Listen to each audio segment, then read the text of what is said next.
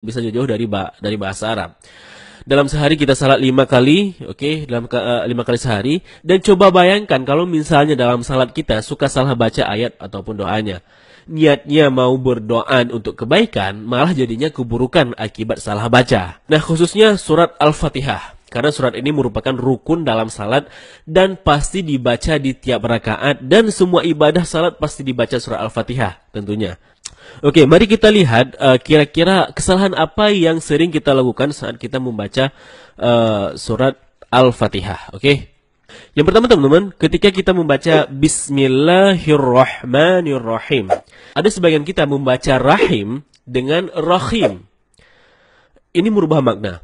Rahim artinya yang maha penyayang, sedangkan Rahim artinya maha merdu. Bacaan yang benarnya insya Allah dengan huruf H dalam tenggorokan. Jadinya Rahim, bukan Rahim. Kalau teman-teman bacanya Rahim, itu dapat merubah makna atau arti dari ayat suci Al-Quran. Kesalahan kedua, ketika membaca Alhamdulillahi Rabbil Alamin. Nah, ada yang membaca Alhamdu tidak menggunakan H dalam kerongkongan. Kalau kita membaca Alhamdulillah dengan H dalam kerongkongan, ya artinya segala puji bagi Allah.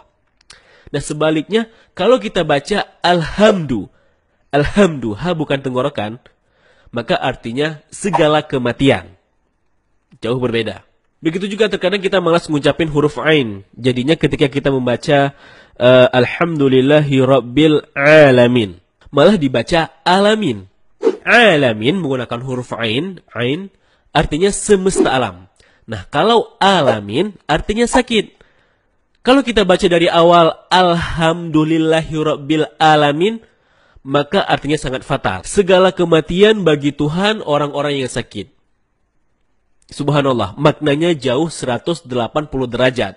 Tanpa sengaja kita malah memaki Allah. Nah, kesalahan ketiga teman-teman, ketika kita membaca Iyyaka na'budu wa iyyaka nasta'in. Ada yang membacanya dengan Iyyaka, tidak menekan huruf ya. Seperti sebagaimana kita jelaskan tadi bahwa penekanan itu dapat merubah makna. Kalau kita baca Iyyaka na'budu dengan menekan huruf ya, maka artinya menjadi kepadamulah kami menyembah. Kalau membaca tanpa tekanan seperti Iyyaka na'budu, maka artinya kepada cahaya matahari kami menyembah. Nauzubillah. Berbeda jauh 180 derajat, teman-teman. Nah, tanpa sengaja kita telah melakukan 3 kesalahan. Pertama, merubah makna, kemudian memaki Allah, dan yang ketiga meminta kepada matahari atau berlaku syirik. Nah, kalau setiap salat yang 5 kali sehari kita bacanya terus salah-salah, demikian maka setiap rakaat kita sudah merubah makna, memaki Allah, dan berbuat syirik. Nah, itu baru Al-Fatihah loh, belum lagi bacaan-bacaan lainnya. Jadi yang awalnya ibadah untuk memuja dan berdoa kepada Allah, malah sebaliknya. Inilah sebab kenapa bahasa Arab atau bahasa Al-Quran sangat berbeda dengan bahasa Indonesia. Seperti video yang sedang viral sekarang ini, di mana Al-Fatihah dibaca dengan Al-Fatihah. Nah teman-teman, Al-Fatihah artinya pembuka.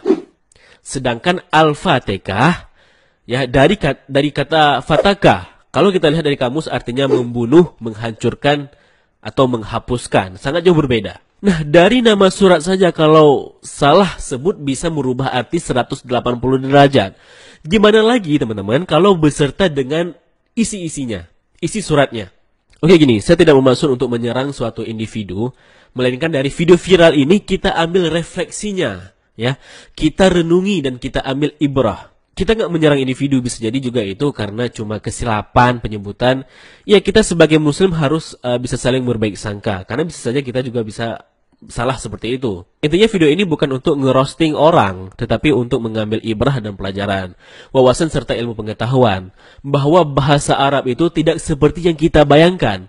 Dan semoga setelah ini kita bisa lebih banyak mempelajari ilmu tajwid untuk memperbaiki bacaan kita supaya sesuai dengan kaidah bahasanya. Dan saya sendiri jujur belum sempurna dalam pelafalan bahasa Arab. Oleh karenanya sama-samalah kita belajar. Nah, terus gimana kalau dulu saya bacanya sering salah-salah?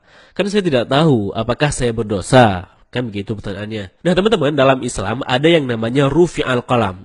yakni kondisi di mana kamu ditolerir apabila berbuat kesalahan. Ada 3 kondisi di mana kamu berbuat salah namun kamu dimaafkan. Yang pertama, kondisi di mana kamu lupa atau khilaf. Yang kedua, hilang ingatan atau gila. Yang ketiga, tidak tahu atau belum punya ilmunya. Jadi kalau misalnya kamu tidak tahu, ya mudah-mudahan dimaafkan dengan syarat kamu akan belajar dan memperbaiki bacaannya. Dan kalaupun misalnya kamu sudah belajar dan tetap sering lupa, maka juga walaupun begitu kamu tetap berusaha untuk memperbaiki, maka insya Allah akan dimaafkan karena Allah tahu kalau kamu memang ada niat untuk memperbaiki diri. Dan Allah juga tahu kalau kamu lupa ataupun belum tahu.